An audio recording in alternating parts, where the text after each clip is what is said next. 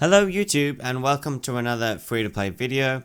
It's been a while since I posted my last one just because I was sort of looking around for ideas and I was struggling to sort of settle on what I wanted to do next. So I decided to go for Aromages. It's sort of a tried and true free-to-play deck list. The format of this is going to be a bit different because with the previous lists I've done, I've just sort of done it live and I've went to King of Games ladder and played some games. I don't really want to do that here because I don't actually think that Aromages themselves are King of Games worthy. They are a really good free-to-play deck, but I wouldn't go so far as to say you could reach King of Games with them. And I don't want to pretend, or I don't want to make it appear that I believe that they can be King of Games worthy and that you could reach King of Games with it. Because I personally just don't think you can. Maybe if you get super lucky you could, but it's good for lower ladder. Like, I think as you start to get into Platinum, maybe after you reach Platinum, you'll start to really struggle. But, you know, Silver and Gold, Aromages could probably do you a lot of work. Just because you can not always be versing the meta and you can take advantage of mistakes as long as you play the list right. So this is how I decided to go about Aromages. A lot of these cards, as many of you will know, are just card trader cards. That is Kananga, I hope I'm pronouncing that right, Jasmine and Rosemary, as well as Garden. Oh, and also the Rosemary, Aromages Rosemary. I don't know if I'm pronouncing that right either, but they're all, like, it's an ultra rare, so you might think you can only run one copy, but it's all card trader cards. It might take you a while to get these cards, but it doesn't cost you any gems. What will cost you gems, though, is the Rose Whips. I think they're a really important card to run. They are from a box, but they're only a normal, and it's from a mini box, so it shouldn't be too hard to get. Dimensions of the Wizard's mini box, and that's the only card that's from a box. And then you have the Econs, which is from Kaiba, and you have Spell Absorbing Life, which is from Ultimate Rising. And those are cards that are very easily to get. They're only normals, and they're kind of really important for the strategy. So why are we running the whips themselves? Well, it's just a level 3 tuner. It's a plant tuner, which works with the Dark Verger, which if you run what grows in the graveyard will begin the duel in your graveyard. And when you summon a plant type tuner monster, this can be a special summon from the graveyard. So that can give you a level 5 Synchro monster, which is what Aromages is. Now the Aromages, you run your Garden, which gives you a, with an Aroma card on the field, it's a 500 life point boost, 500 attack and defense boost onto that monster, and if an Aroma monster is destroyed while this is on the field, you gain 1,000, and also the life point boost triggers these Aroma card effects. This one being bounce a back row to their opponent's hand, and also a passive ability of if your life points is higher, your opponent's monsters lose 500 attack and defense. This one's passive is if your life points is higher, you can normal summon an extra plant type monster per turn. And its activation effect is you can draw one card. And that's the thing. All the Aroma cards, they have a passive effect of when your life points is higher, and they have an activation effect of when you gain life points. Rosemary's passive is when you attack in, your opponent cannot activate monster effects until the end of the damage step. Its activation is you can target a face-up monster on the field, change its battle position. That can be your own monsters, it can be your opponent's monsters, but it does target. And I believe that's it. You all know what Econ does. It's to change of position. It gives you a defensive option. And this one is flip all face down defense position monsters on the field face up. Flip effects aren't activated. Increase your life points by 400 for each effect monster card on the field. This can give you a way of triggering your Aroma effects during your opponent's turn. You set this and say you play a Rosemary, you can flip this up and put their monster in defense to protect you. You can use this to bounce their back row during the end phase, for example. So you don't have to deal with it during your turn, things like that. There are some other options. Obviously, I think there's another card called Child's Play, which also does that. Child's... Am I thinking of the right card? Apostrophe. Child's Play. Each time your opponent summons a monster, gain 300. So you can see you could play that and Rosemary, and if they just play a monster, you can put it in defense and protect yourself. There's ways of getting around this, but it's another option. You can get it from Warriors Unite, and again, it's just a normal. So a lot of these Aromage cards are very cheap, as you can expect, but not as viable as some of the other lists that I've featured. I will readily admit that. So again, I'm not going to go to King of Games. I'm going to go to Casual. And because Casual Ladder can be a little bit of a clown fiesta, I decided to just get some replays of some good games. Because, you know, people are trying to skill farm on Casual, and you'll go into a lot of sort of suicide decks that are just trying to end it all really quickly. So I decided to guarantee get these decent games. So this first replay is against Seto Kaiba. We're going second. I think this was a Blue Eyes matchup. We're running What Grows in the Graveyard. Our opening hand is usable. We have two defensive cards. We have the Garden and we have Rose Whip with the Verger in the Graves. So you can see we can go into our Synchro turn 1, Aroma Garden, boost. So he sets, special summons the Cosmo Brain, doesn't activate Brain's effect. And I draw into a Rosemary. Now I do go for the Rose Whip, because I didn't even mention this in the deck showing about what Aroma Serafi Rosemary does. Its passive is all plant type monsters you control gain 500 attack and defense. So with the field spell, it gains 1,000 for each monster. And once per turn, if you gain life points, target a face-up card your opponent controls, and its effects are negated. Its effects are negated. So that's what we do here on the Cosmo Brain to get over it, because a 3100 attack is quite big. But if we negate its effects, it goes back down to 15. And quite easy to get over it. We have the Rosemary hand for next turn. We have two Econs for defense. We're not sure what that face down is, but he just sets and passes.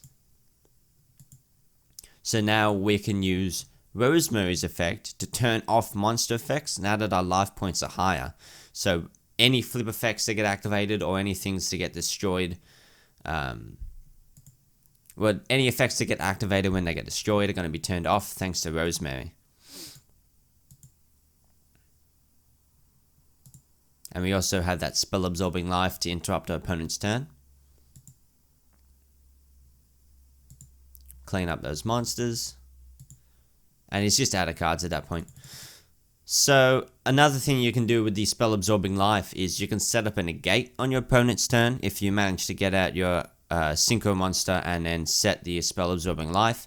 You can flip it at any point in your opponent's turn when they bring out a monster, and you can turn off that effect.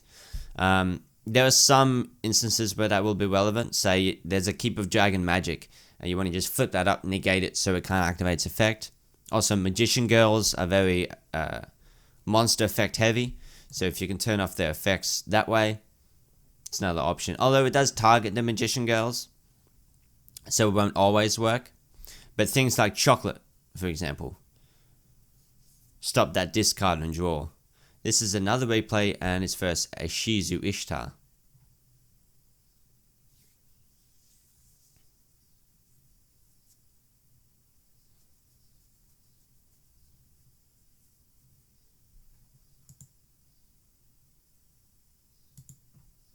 So this hand is quite a bit worse.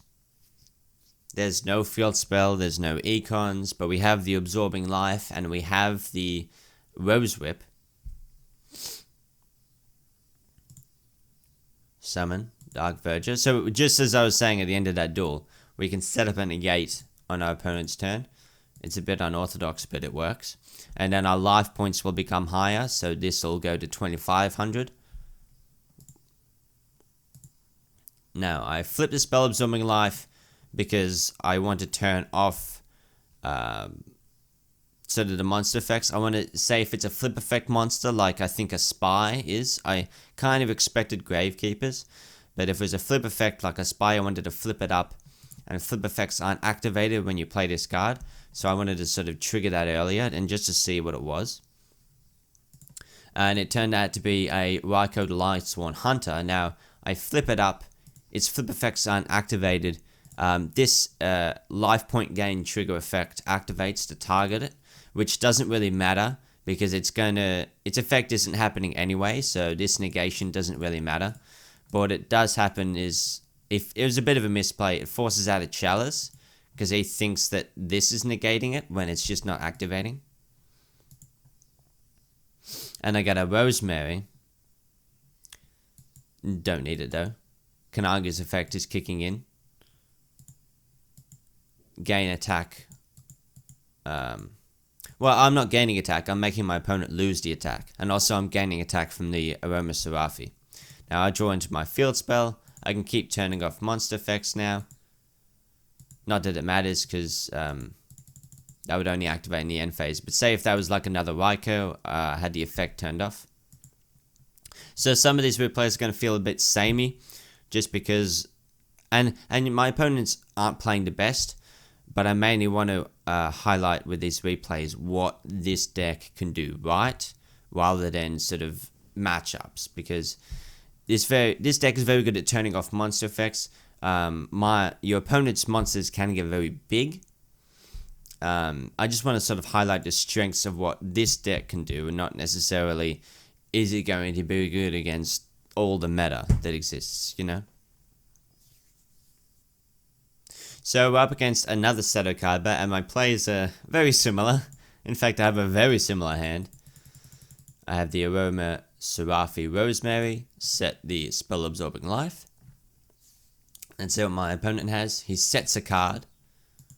So I'm thinking it's sort of a battle trap like a drowning or something like that. I have the Kananga. I don't go for it because I know that this will give me the extra normal summon once my life points are higher. So I can go into Jasmine and then Kananga. Although he does activate the Rebirth of Parshath to negate this, I believe. Does he negate? Yes, he negates his spell absorbing life. So that won't activate, but he's going to lose 1,000 attack. So I'll be able to get these passive abilities that happen when your life points are higher. And now that he's done that, he's going to get out his 2600. But we have the Kananga, which is going to lower it so that Aromages can get over it.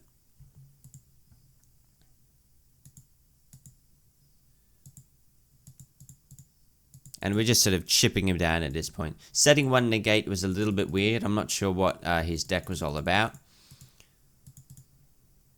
But thanks to just the fact that when our life points are higher, we get all these passive effects to happen. Can really give you some advantage in some matchups. The last match is against Bandit Keith. And I know that this is probably the most difficult one. And arguably the most meta matchup out of these 4 replays. So a common theme that you'll see is with all these wins that we did get, we did have the Rose Whip. We did manage to go into our Synchro turn 1, which is pretty important. And I want to sort of lead on through that a lot of people include Bergamot as sort of a boss monster. And I don't really try to go for the Synchro, but I think the Synchro is just objectively a better strategy to try and build your deck around than Bergamot. Because then you've got to try and run... the Rose Lover, for example, to special summon the Bergamot, and you've got to do all these things. That means you can't run Econ, and you know, maybe one Carrot Weight to try and get it in there and things like that. Whereas this is a bit more of a consistent strategy. So here I normal summon the Jasmine, play the Aroma Garden, activate Aroma Garden, gets me the extra normal summon so I can summon the Rose Whip, which will get the Dark Verger, which can synchro off. Because I want to just try and boost. I wanted to draw and I wanted to boost and I can get up to 3k now that my life points are higher, and it's the boost from Garden to get me to 3k. Now I do swing over that, and I'm wondering why he let that happen, but I think he let that happen because of Ambush. Although I would have just activated the effect to save you the life points. And he ends his turn. Now, it's the reason why I say it's the most meta is because Ritual Beasts are, for some decks, quite difficult to deal with. And I think there's still high potential on the tier list, although I'm not 100% sure. Oh no, there's still high potential. Ritual Beasts and Crystons are the high potentials. Your Senju and Magnets are no longer there. So he plays the Pedal Fin. I have to go for the Econ Take to stop my stuff from getting banished. Although he can't right now, but I'm not sure if he was going to try and go plus off the Cannahawk, and I just wanted to Econ Take it early.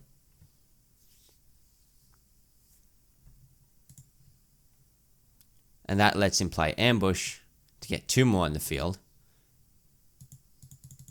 Goes into Ulti Apelio, takes out the Pedal Fin, goes in the grave. And he has his floating effect. I get out another Aroma Serafi. And as soon as I activate my Garden here, I'm going to negate twice. I'll get it out first. I'm going to have 2 negates. This activates, gains the life. Negate this, negate this. He can only pick one to sort of float the materials because he hasn't got enough space to pick both of them. I believe he picks the Apelio and keeps the Cannahawk on the field. No, he does it the other way around. So he floats the Cannahawk on the chain and keeps the Apelio on the field. But now this can't float for the rest of this turn. Not that it matters because I attack it first. And I attack this one to make sure that that doesn't float into another Ritual Beast fusion. And we have quite a strong board here with the Econ, 2 4k monsters. Here's another Cannahawk play.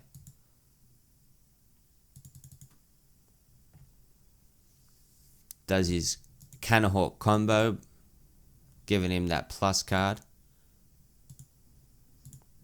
But there's not much he can do. I think that's, to a certain extent, once you have Pedal Fin going in that combo, it's really hard to stop.